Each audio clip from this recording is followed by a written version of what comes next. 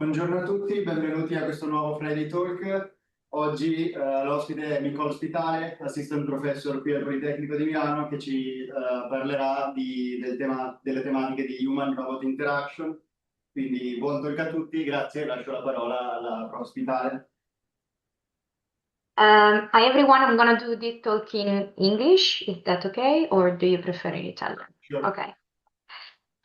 Today I'm gonna talk about different work that I've been conducting in both the field of human-robot interaction, but also social signal processing and affective computing that I'm going to explain you in a bit. And the idea is that I'm going to focus on two main domain-specific applications that are mental well-being application and inclusion context. So I'm going to first explain you very briefly what is my research focusing on, so the different area that I mentioned before. So the first one is human-robot interaction. That is actually a research field that focus on understanding and improving ways in which human and robots can interact with each other. Then I'm also like working a lot in the social signal processing field that mainly focus on analyzing all the different social signal, including nonverbal cues, verbal cues, and all the different interaction that might convey specific information related to the social states of a person, for example, like a human behavior analysis. And then the affective computing fields that is mainly focusing on developing systems that are able to recognize, interpret, and process human affective emotion or affective state. So from now on, what I'm going to do is to, collapse the two main areas that I mentioned to you before, such as signal processing and affective computing together into the term of social artificial intelligence, because basically what I'm doing in my research is using all the method that came from the social signal processing and affective computing with a machine learning lens. So I'm gonna to just refer to them to all these methods with this term. And why it is really important that we use such models into the robot, because the idea is that we can enhance what is the human-robot interaction by enabling the robots interpreting and responding to the human state, social cues, their behaviors, and emotion in a way that the interaction might be more meaningful and more effective. So, like as I mentioned before, this particular talk will focus on two main case studies, and I'm gonna start with the mental well-being case. So, as you may know, uh, like well-being coaching is like a practice that allows you to increase your hope, goal striving, or general well-being. And there are many different style of coaching that we can think of, like positive psychology, exercise, mindfulness, and all these different techniques help to promote mental well-being in people. And the World Health Organization actually report that mental health conditions have increased tremendously during the last decades. And so one of the main goals is to promote mental well-being and prevent those potential issues. However, there is still a huge gap between those who require the care and those who have access to it. So in this context, social robots can actually act as a perfect venue to address these challenges, because they can be, one of the tools that can help supporting mental well-being in people. And but what is a social robot? A social robot is an autonomous robot that communicates and interacts with humans by following specific social behaviors and rules attached to its role. In this particular slide, you can see different application of the robot. Like on the left-hand side, you can see like a robot interacting with a child to promote their and rehabilitate their linguistic skills. On the right-hand side, while you see an elderly person that is interacting with a such a robot, and in this particular instance, is more like for companionship reasons. So, in general, such a robot has been shown in the literature to actually being helpful for people and helping them through social interaction. And via like monitoring, coaching, companionship, or assistance. And the idea is that we can use these robots to help people doing better. And so they can be like an added value to their lives. And so the idea is that it's like an augmentation of their potential abilities rather than substituting any, professional role that are actually helping people in needs. So, as I mentioned before, there is a huge gap between the demand for care and actually the health service that are available. And so the robots in this particular context can help and offer unique benefits because they can help assessing and promoting mental well-being. I'm going to start with the first study. This was a study in which we deployed two different robots, like a QT robot that you see on the left-hand side and a MISTI robot that you can see on the right-hand side of the slide. And we conducted a between subject study over the course of like 4 weeks. Every week, the robot was delivering a different positive psychology exercise. For those who are not familiar with this term, positive psychology practice focus on making people focusing on the positive things in life rather than the negative one. Because as human beings, we actually have the tendency to focus on the more negative aspects. So, for example, the robot might ask, "Oh, what you have been grateful for during the last week," or things in this with this similar context. And we involved employees from a firm, a Cambridge consultant like company. And we conducted it over 4 weeks. So basically every week, every employee has an individual meeting and appointment with the robot for doing and practicing these positive psychology exercises. Those robots has the exact same implementation. So we wanted just to explore what was the differences in terms of like perception of the different robotic platform, but only in terms of appearance. So we didn't want to change the interaction in any way or form. So it was like exactly the same interaction that was built with a framework that is called the Harmony, that allows basically to have like this platform agnostic interaction composition. That was the same for the QT robot and the MISTIC robot. So the only thing that changed was the appearance of the robot. We measured different variables. So we had like quantitative measure. We have questionnaires that were administered before and after the study, but also in between all the sessions. And then we have also some qualitative like measure, like interviews or focus group that were organized afterwards. So our main findings were that actually people perceived more positively the MISTI robot, the one that looks like more a toy-like robot with the black faces, with respect to the QT robot.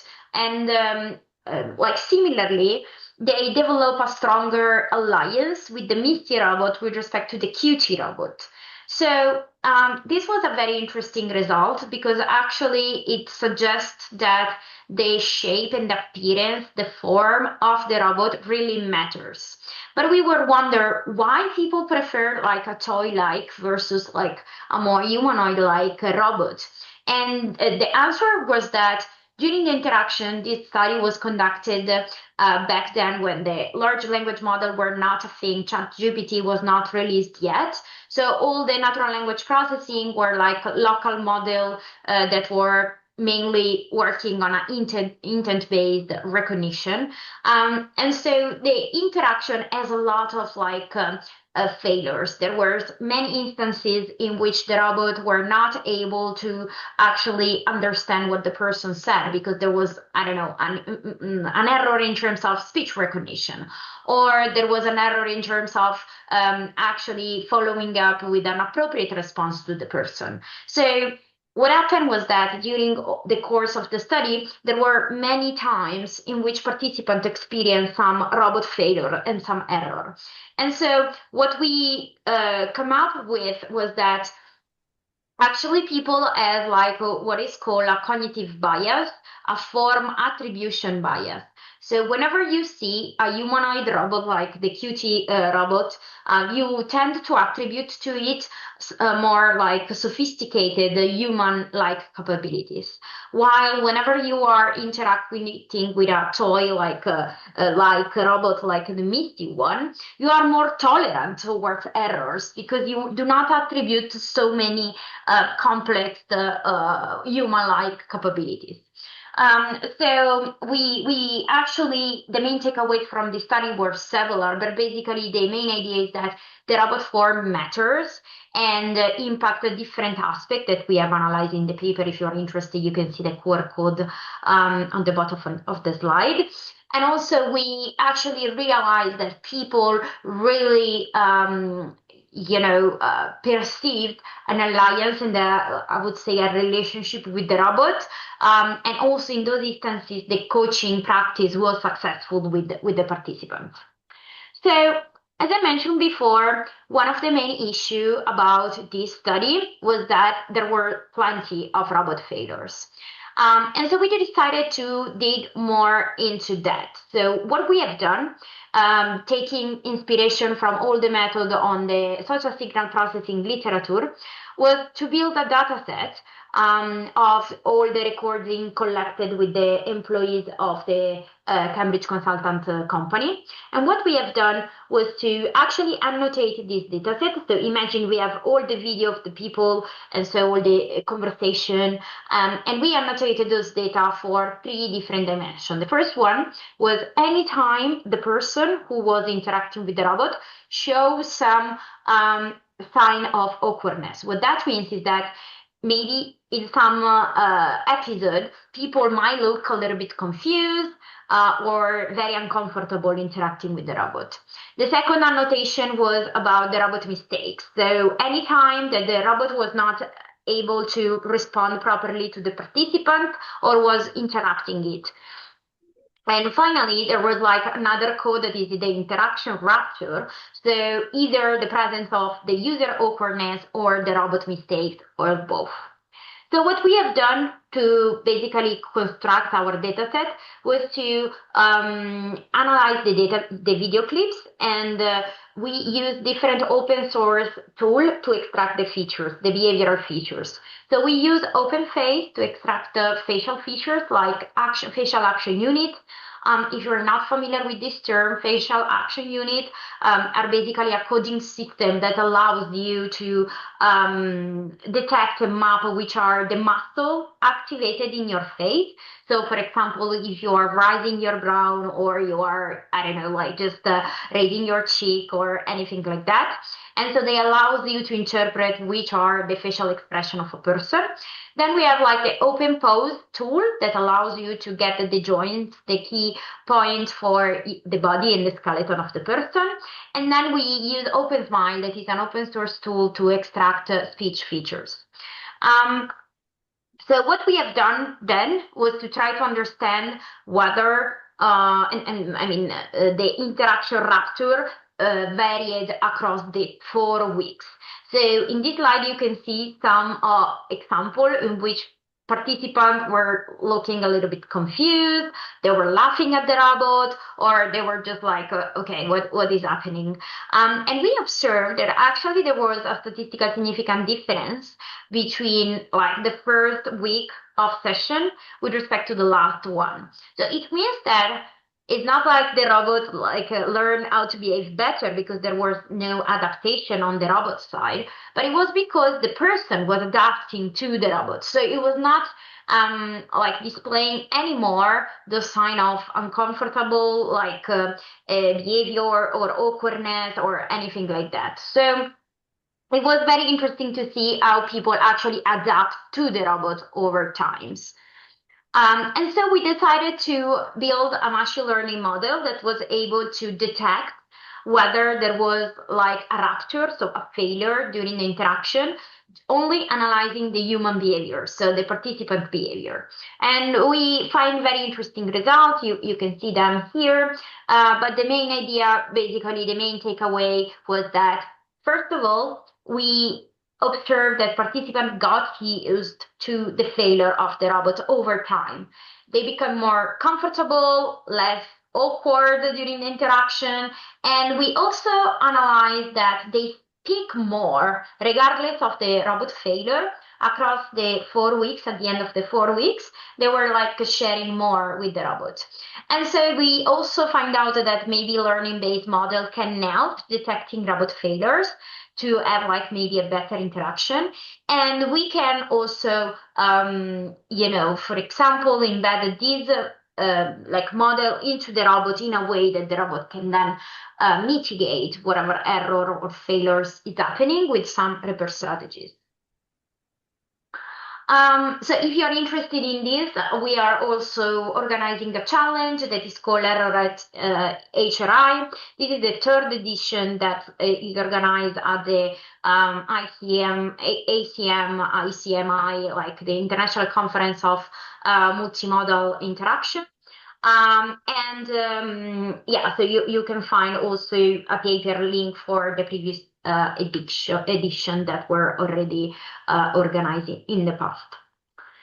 But now let's put these two fields together. So we have seen the example of our HRI study in which we involve the people and we analyze, I would say, a questionnaire. So like actually we analyze how people perceived the interaction with the robot. And then with our social signal processing approach, what we have done was to build a model that was able to automatically detect failures during the human-robot interaction. But what if we put both of them together? So the next step was to build robots that were embedded with such an artificial intelligence model. And then we conducted a study to actually analyze how the perception of people was towards the robot and whether the robots were successful in delivering the positive psychology exercise. So what we have proposed as a following step was this new system that was like an adaptive robotic coach for well-being that was called Vita. And the idea was that we recognize different limitations for robotic coach in the literature, and we wanted to overcome them, trying to achieve different objectives, among which we wanted to, have a significant improvement of mental well-being in people. We want to adapt the robot behavior over time, so not only people adapting to the robot, but actually the robot adapting to people. And we want a more natural and smooth interaction with also the integration of large language model. So what we have done was to build an architecture that was composed by different modules, for example, sensors, detector. There was like dialogue modules that I'm going to, explain you in a bit, and then different actuators. All these were again based on the framework I mentioned to you before, the Harmony framework, with which we have also implemented the study in the company. And so, yeah, this was the model. And I'm going to walk you through the whole interaction. So what happened was that the robot was interacting with the person. While speaking with the person, it was detecting at the same time the face image of the person and the speech of the person speaking. So from the camera, it was able to detect and use two different detectors. The first one was the facial expression detector that was able to detect the valence of the face. What is the valence? Is the measure that allows you to detect whether there was like a positive or negative, expression from the face used. And then we use the open face detector to have like information about the action unit of the face, for example. We also track the speech, and with that, we wanted to get, of course, the transcription of the text. We wanted, though, also to extract all the speech features using the open smile detector, and we wanted to track what was the speech duration. And we have also included, you remember, the interaction raptor detector model, so the machine learning model that we built, to actually detected the ruptures. But and then what happened was that all this information were fed into a dialogue flow manager. This was like the brain of the interaction that was deciding which action to take next in the dialogue. So it was not generating the response, but it was making a decision on what to do next. So, for example, summarizing what the person said, or asking a follow-up question, or asking to share another episode. And in order to make this decision, it used all the different features that we have seen in terms of human behavior, non-verbal behavioral cues as input. And then when the decision was made of what to do next in terms of action, that was sent to the ChatGPT engine that actually generated the textual response that was then synthesized with the text-to-speech and then, spoken aloud by the robot. So let me focus and zoom in a little bit more on this dialogue manager. So what the dialogue manager was actually a reinforcement learning model that was able to, that was like a pre-trained model based on a data set that we collected with a real human mental well-being professional and some participants. So what we have done was to collect this data set, and we were able to formulate the problem, dividing it in the observation space, the reward space, and the reward function and the action space. So it was like a discrete problem. So the action that the robot could decide to take next were summarizing, following up a new episode. And the reward was built using the non-verbal behavior aspect, so the facial valence of the person and the speech duration. And so once we trained this model with the real world data, we decided to embed this generic pre-trained model into the robot. And then at every interaction, this model was updating, and it was fine-tuning with the data that it was collecting during the interaction. So it was like an online adaptation of this reinforcement learning model. What we have done before deploying it for our final real-world study was to actually evaluate whether having this adaptive reinforcement learning model makes sense. So we have like a pilot study in which we explored the three conditions, and we were able to find out that these adaptive models were actually effective. So we conducted our real-world study with 70 employees from the same tech company, but who has never interacted with the robotic coach before, so they do not take part to the previous study. And the robot was embedded with this adaptive model. Again, it was like 4 weeks interaction, and very interestingly, what we found out was that people had a significant mental well-being improvement after the 4-week interaction with the robot. And we found that as an amazing result that actually was a very promising sign that robot might be, with the also help of large language models, really helpful in these scenarios. And also participants felt very understood and heard by the adaptive robotic coach. And so it was like very interesting to see how people really enjoy the interaction with the robot. So a little bit of a sneak peek of what I'm doing now in terms of mental well-being. So now I'm trying to understand better the use of large language model for multi-human robot interaction. What that means is that we do not have only one robot and one person, but we have multiple robots and multiple people interacting all together in groups.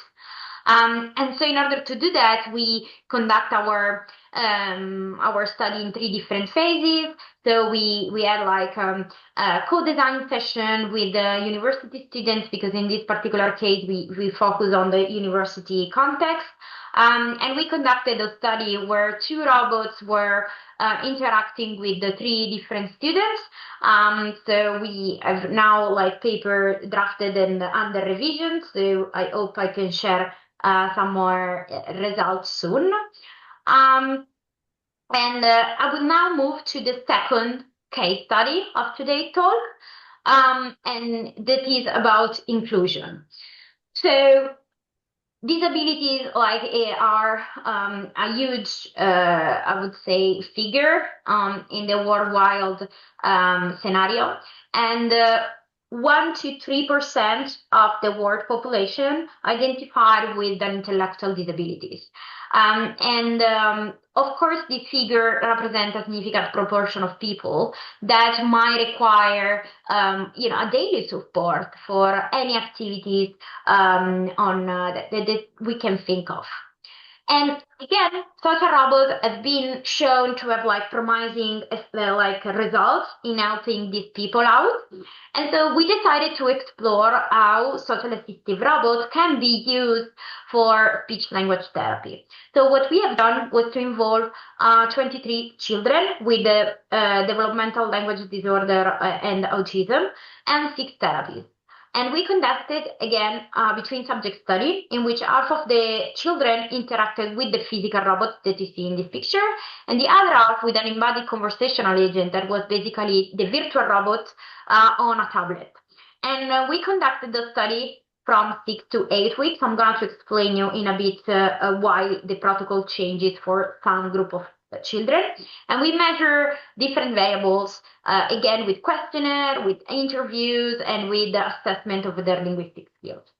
So the study design was a between subject study, and half of the participants, as I mentioned already, interacted with the physical robot and the other half with the virtual robot. So the protocol was the following. We first assessed their linguistic skills, and we were able to basically assign children in 2 different groups.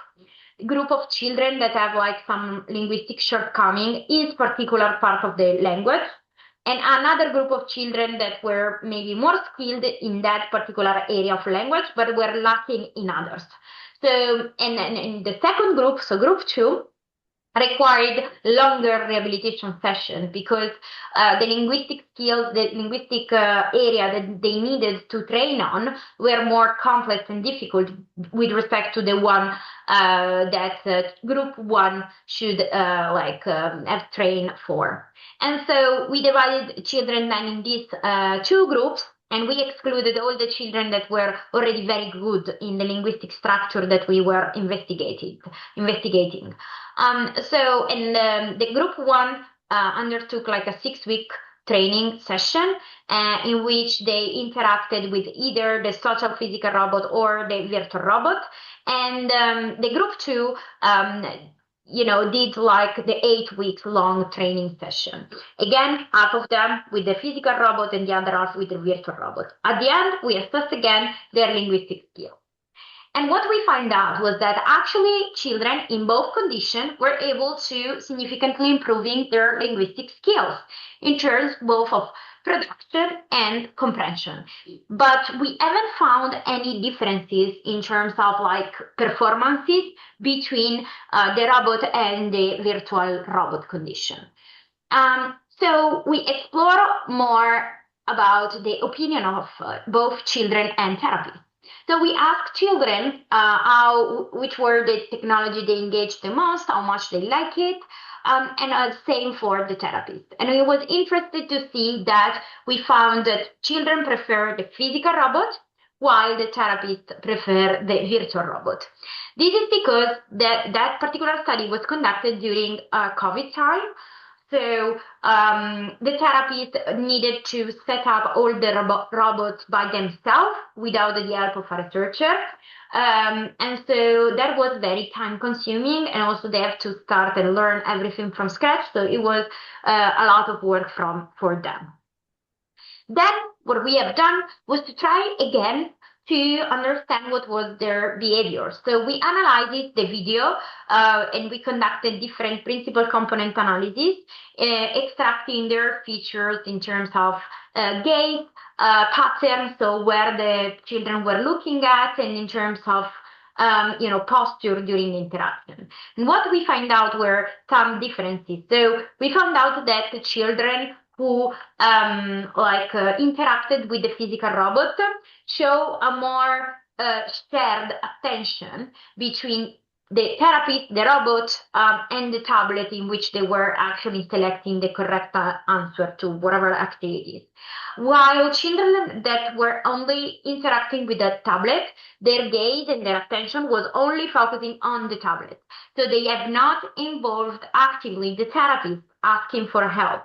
So that was a really interesting result that actually suggests us that the robot helped a triadic social interaction. And so it was more, the physical robot was most promising for facilitating the social skills in the triadic interaction. And even if there was not difference in terms of linguistic performance between the physical robot and the virtual robot, we can infer that actually children like the physical robot more.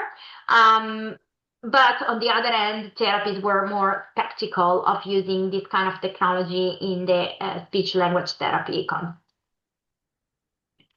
Okay, so we conducted this study, amazing, but then we started to thinking, can we actually use some machine learning model to be able to interpret these children behavior, for example?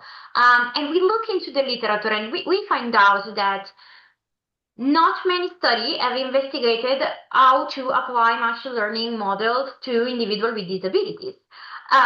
Because of course there are different difficulties in terms of data collection that are not very represented, population, but also in terms of like assumption that are very different with respect to neurotypical people in terms of behavior. So they do not show the typical social cues. And so we wanted to understand this better, and we decided to focus on a specific study. So we wanted to understand whether we can use some machine learning models that have been already, trained for neurotypical population, and we wanted to see whether this model can be applied to a data set of people with intellectual disabilities. So we want to mainly focus on learning eye contact behaviors in group setting. And in order to do that, our main research question was, can neurotypical trained models generalize to intellectual disability group interaction? And so we collected a new data set, and we compare this data set with the data set, the benchmark data set of people with neurotypical people, and we evaluated and benchmarked those models. So we first collected data set, and we involved different adults with intellectual disability from a local center, and therapists help us creating the different groups that were balanced in terms of a mixture of high and low level functioning capabilities. And we have different sessions in which there was like group conversation among these people, and the conversation were like topic free. We collected a total of 24 videos with like 476 minutes in total. And what we have done was to conduct a similar pipeline as we mentioned before. So we extracted the video features using OpenFace. We extracted audio information like speaker diarization because we wanted to understand who was speaking when. And then we annotated this data set in terms of eye contact. So who was looking at who during the interaction, and we annotated who was speaking when. And the setup was basically the same of the data set I mentioned, the benchmark data set that I mentioned before. And we annotated for no eye contact, right gaze, front gaze, and left gaze. And in terms of active speaker, we actually just annotated who was speaking when. So we decided to, we collected our data set, as I mentioned before, using the setup you can see here, and we compare our data set, the one that we collected, so the MIDD data set, with the multimedia data set that is the benchmark one. And what we found out was that there was main differences in terms of behavior of people, because there was a lot less eye contact occurrences during the group interaction whenever it comes to the intellectual disability group. And in terms also of speaking proportion, there was like a very skewed speaking activity. So like some components in the group were like mainly dominating the conversation, and in general the speaking proportion was not very high, and this is because they did not feel bad during silent moment, while when neurotypical people, when they are interacting in groups, may feel more awkward whenever it comes to like silent instances. And so what we have done as a third step was to using the model that was trained with a data set, a multimedia data set, and trying to use it for our MIDD data set with different approaches. I'm not gonna dig into those, but basically our main results were that like these models were not working very well, and they were not working either like nearly close to our benchmark model for neurotypical people. And so we actually found out that it's really important to have an understanding of the population behaviors that we are analyzing, and that these machine learning models are not inclusive. They are mostly only representing, the neurotypical population. And also the models presented might have still some shortcomings, so more expert-based information might be required to have some more, insight on which features might be more interesting for learning patterns in their behaviors. We are also working in something similar, again, in a group interaction, but focusing on the emotional aspect of it. But I'm gonna to now wrap this up and just telling you some of the open challenges. So I think there is still a lot to do in terms of inclusive such artificial intelligence, because we have to have more models that are investigating these aspects. Then we have like very small data set available, so this can be a problem because those models cannot are not able to generalize, and maybe they might just learn that particular context instances. There are multiple aspects in terms of fairness and bias that need to be considered, and sometimes there is still the dilemma of like whether adaptation and personalization are needed, the acceptabilities of the stakeholder of using robots that are empowered by such artificial intelligence, ethical concern about that, real world deployment. So there is still a lot to explore and to investigate. And I wanted to thank all the amazing colleagues and mentors for this, the fundings, and yeah. I'm available if you have any questions. Thanks a lot for the talk. I'm actually very curious more on the robotics side. Like, I was thinking, I think I saw one of the first works you presented was from 2021, and I think that even in these 4 or 5 years, like the machine learning models are far better. I saw like the latest models, you are also including multimodal LLMs and so on. So like, what are your thoughts on the development on the robotic side? Like, how big is the change in having better models for language, for visual understanding?